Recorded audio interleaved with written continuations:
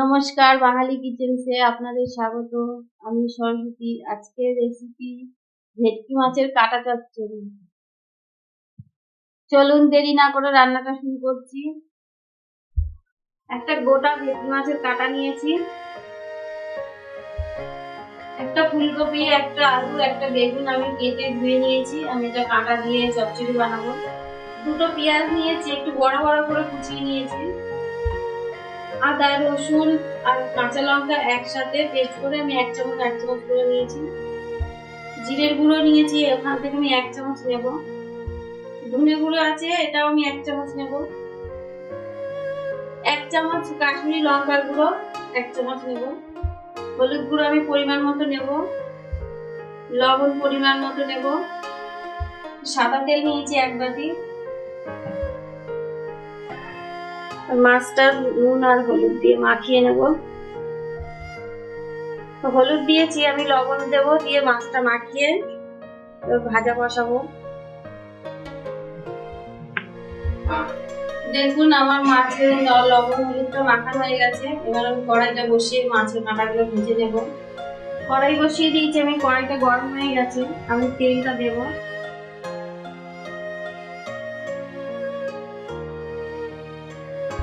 তেলটা গরম হয়ে গেছে, মাছগুলো ভাজবো। একটুখানি আমি হলুদ দিয়ে দিচ্ছি, নাহলে কাঁটাগুলো হয়তো ছেঁকে।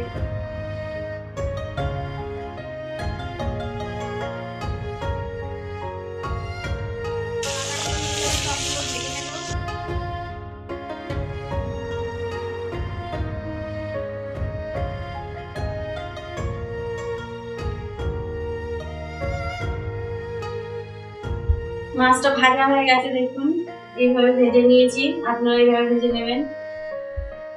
মাছ ভাজার ওই তেলটার মধ্যেই আমি পেঁয়াজ কুচানোটা দিয়ে দেব।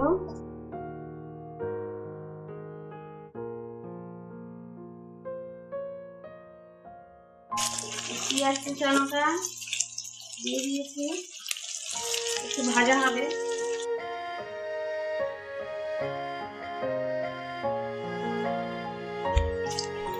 পেঁয়াজটা ঠিক এইরকম ভাজা হবে, মানে একদম লাল করে ভেজে নেব না।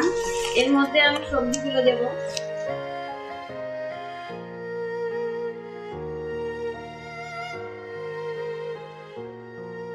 একটু লবণ আর একটু হলুদ দিয়ে ঢেকে দেব সবজিটা সেদ্ধ হওয়ার জন্য।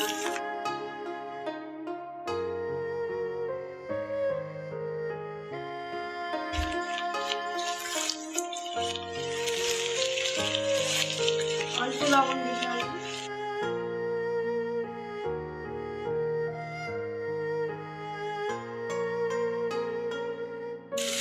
সেই লবণ হলুদটা মিশিয়ে আমি এবার ঢেকে দেবো, সেদ্ধ হবে সবজিটা।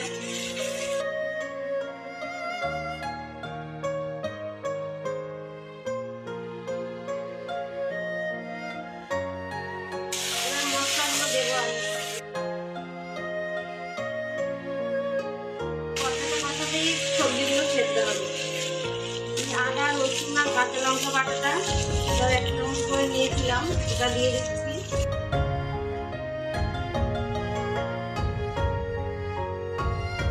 জিরের গুঁড়ো 1 চামচ দিচ্ছি। ধনে গুঁড়ো 1 চামচ দিচ্ছি। কাশ্মীরি লঙ্কার গুঁড়ো 1 চামচ দিচ্ছি। অল্প একটু হলুদ, পরিমাণ মতো যেটুকু লাগবে। লবণটাও পরিমাণ মতো দিচ্ছি।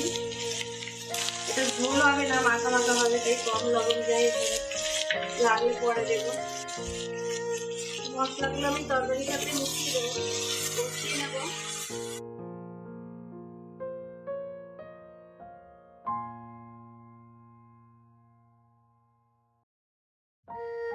সবজিগুলো আমার কষানো হয়ে গেছে,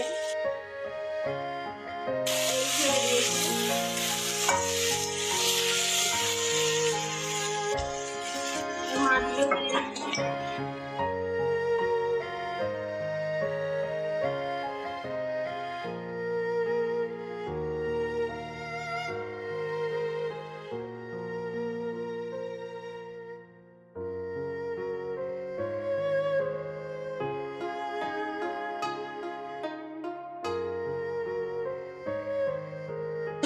আর মাছের কাঁটাটা মশলাটা আমি ভালো করে মিশিয়ে দিয়েছি। এবার জল দেবো, অল্প পরিমাণে জল দেবো।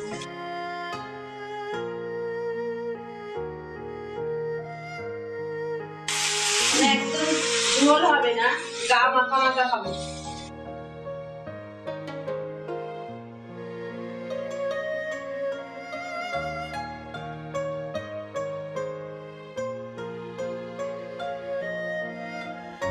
ঢেকে দিচ্ছি, সবজিটা সেদ্ধ হয়ে যাবে আর মাছগুলো মশলার সাথে মিশে যাবে।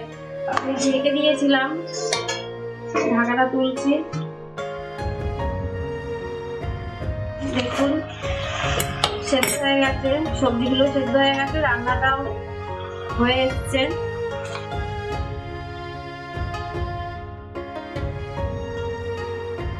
ঠিক এইরকমই হবে, একদম ঝোল হবে না।